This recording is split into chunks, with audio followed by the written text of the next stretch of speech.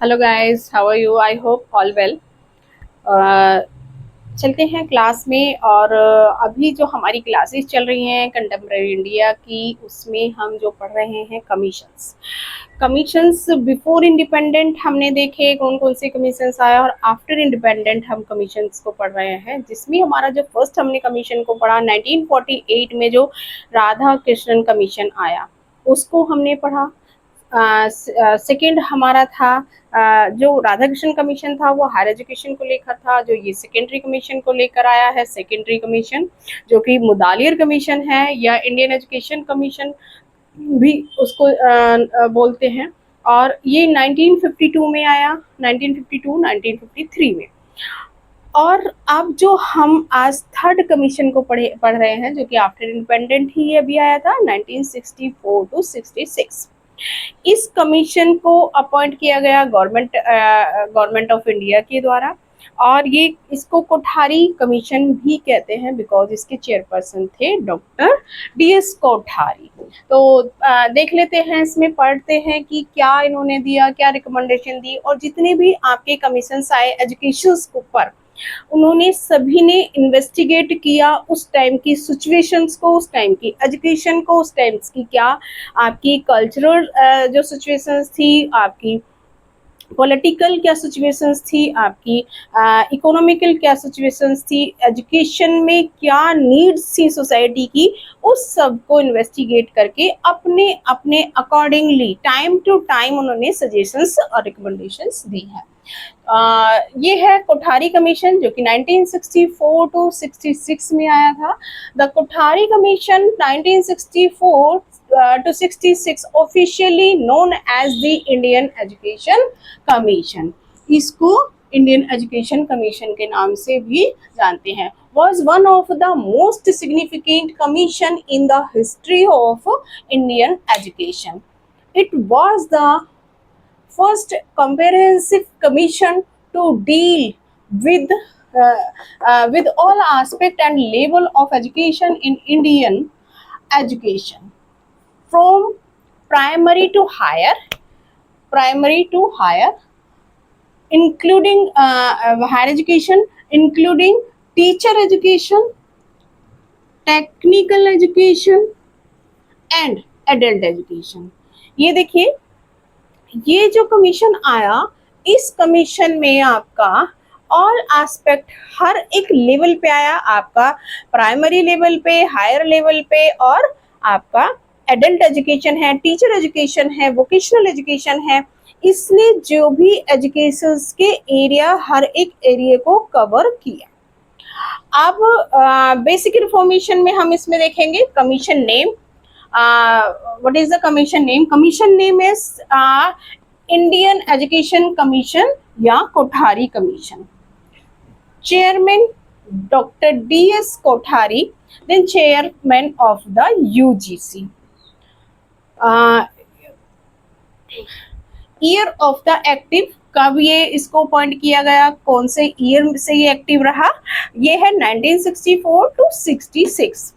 Appointed by, किसने इसको appoint किया? गवर्नमेंट ऑफ इंडिया के द्वारा अपॉइंट किया गया इसको।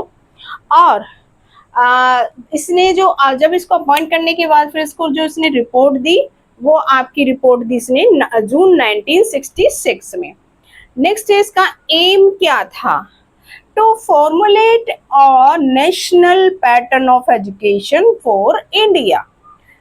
मोटो एजुकेशन एंड नेशनल डेवलपमेंट, मतलब एजुकेशन को डेवलप करना था। और जो इसका मेन मोटिव था, वो एजुकेशन में जो भी उस टाइम डिफॉल्ट थे उनको करेक्ट करके और एजुकेशन को डेवलप करना है, और अपना नेशन को डेवलप करना। और मोस्ट इम्पोर्टेंट ये उस टाइम का जो हमारा 1964 में कोठारी कमीशन आया, बहुत ही इम्पोर्टेंट इसने अपने सजेशंस दिए।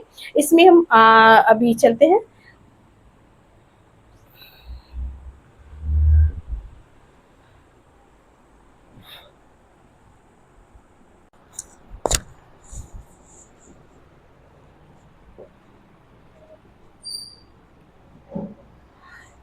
नेक्स्ट इसमें main objective of the Kothari commission. ये एक जो कोठारी कमीशन आया था, इसके मेन ऑब्जेक्टिव क्या थे ये देख लेते हैं। To provide guideline for the development of education at all level. इन्होंने गाइडलाइन दिया ऑल लेवल, जो एजुकेशन के जो भी लेवल थे, चाहे आपका प्राइमरी लेवल है, चाहे आपका सेकेंडरी लेवल है और हायर लेवल है, और आपकी teacher education, vocational education, skills education, आपकी एडल्ट एजुकेशन या टेक्निकल एजुकेशन, सभी को गाइडलाइन किया इन्होंने उसको डेवलप करने के लिए सभी लेवल पे। तो यहाँ पर इन्होंने हर एक लेवल पर बात की है, तीनों लेवल, जिसके आपका प्राइमरी, सेकेंडरी और हायर एजुकेशन। नेक्स्ट है to examine the existing education system and suggest reform. यहाँ पर क्या किया, उस टाइम की जो एट प्रेजेंट आपकी एजुकेशन सिस्टम है उसको इन्वेस्टिगेट करो, उसको देख करके उसमें क्या कमियां हैं, इन्वेस्टिगेट करके, एग्जामिन करके वो आपको देखना था और एजुकेशन को रिफॉर्म करना था। ये इनका मेन ऑब्जेक्टिव था। नेक्स्ट है to link education more closely with national development and economic growth। तो यहाँ पर इन्होंने जो आपका ये नेशनल डेवलपमेंट है, इकोनॉमिकल ग्रोथ है, इसको एजुकेशन के साथ जोड़ा जाए, जिससे कि एजुकेशन के द्वारा, क्योंकि एजुकेशन क्या है, मोस्ट पावरफुल वेपन्स है हर एक चीज़ों को कमांड करने के लिए। अगर हम एजुकेशन हमारा अच्छी होगी तो हमारी आपकी चाहे एजुकेशन हो, आपकी सोसाइटी अपने आप ही डेवलप करेगी। वो जहाँ जिस सोसाइटी में एजुकेशन का टेक्निकल सिस्टम हो, आपकी ये जो भी एजुकेशन होती है वो आपकी इकोनॉमिक को ग्रोथ करेगी। जब अब हम राष्ट्रीय जो नेशनल डेवलपमेंट की जब हम बात करते हैं, इकोनॉमिक ग्रोथ की जब हम बात करते हैं, तो इसे एजुकेशन के साथ एक क्लोजली रिलेशन होना चाहिए। ये इनका मेन मोटिव, मेन ऑब्जेक्टिव था। नेक्स्ट है इसमें टू प्रमोट नेशनल इंटीग्रेशन। यहाँ पर तो इन्होंने क्या कहा, नेशनल डेवलपमेंट की बात की है, इकोनॉमिक ग्रोथ की बात की है, और ये एजुकेशन के साथ लिंक करने की बात की है, इसको नेशनल डेवलपमेंट को और इकोनॉमिक ग्रोथ को। नेक्स्ट टू प्रमोट, किसको प्रमोट करना है, नेशनल इंटीग्रेशन को, सोशलिज्म को और आपका डेमोक्रेटिक वैल्यूज को, यानी कि राष्ट्रीय एकता है ना, आपकी राष्ट्रीय एकता, सामाजिक एकता और जो आपके डेमोक्रेटिक मूल्य हैं, है ना, आपके डेमोक्रेटिक मूल्यों को प्रमोट करो, मतलब ज़्यादा से ज़्यादा आप उनको बढ़ावा दिया जाए। यहाँ पर इनके ये सारे मोटिव थे, ये सारे ऑब्जेक्टिव थे, इनको प्रमोट करना। नेक्स्ट इसमें recommendation end of the Kothari commission. अब इन्होंने यहाँ पर ये ऑब्जेक्टिव लेके चले। अब इन पे जब इन्होंने अपने ऑब्जेक्टिव फिक्स कर लिए तो अब इन्होंने अपनी रिकमेंडेशन दी कोठारी कमीशन ने, किस पर, नेशनल सिस्टम ऑफ एजुकेशन और uniform education structure through out India. पूरी इंडिया के लिए एक इन्होंने स्ट्रक्चर दिया कि पूरी इंडिया में एक ही स्ट्रक्चर होना चाहिए। डिफरेंट एजुकेशन की जो स्ट्रक्चर है वो ये नहीं है कि इस कुछ एरिया में अलग है, जो इंडिया तो एक ही है और उसके कुछ किसी जो आपका वो है स्टेट है उसमें सिस्टम अलग है। इसीलिए इन्होंने रिकमेंड किया कि एजुकेशन का जो स्ट्रक्चर है वो पूरी भारत में, पूरे इंडिया में एक सा होना चाहिए, एक सा होना चाहिए थ्रू आउट इंडिया। ये जो स्ट्रक्चर है, अब इन्होंने स्ट्रक्चर क्या दिया कि भाई एक सा होना चाहिए। अब है इन्होंने introduce the concept of 10+2+3 system को इन्होंने इंट्रोड्यूस कराया। अब 10 क्या है इसमें, 10 ईयर्स आपका स्कूल में बच्चा पढ़ ले, ठीक है, 10 ईयर्स स्कूल कंप्लीट करेगा। नेक्स्ट है आपका 2 ईयर्स आपकी हायर सेकेंडरी एजुकेशन हो गई आपकी, और 3 ईयर्स आपकी हो गई अंडर ग्रेजुएट। तो ये था आपका एजुकेशन का सिस्टम 10+2+3। नेक्स्ट है common school system. Common school system में क्या कहा है इन्होंने, देख लेते हैं। School should be open to all children regardless caste, religious, economic status. यहाँ पे इन्होंने कहा कि आप सभी बच्चों को एजुकेशन, ऑल चिल्ड्रन की बात जब हम करते हैं, हमने पीछे भी बेसिक एजुकेशन पढ़ी, उसमें भी सभी बच्चों को शिक्षा प्रोवाइड कराने की बात की है।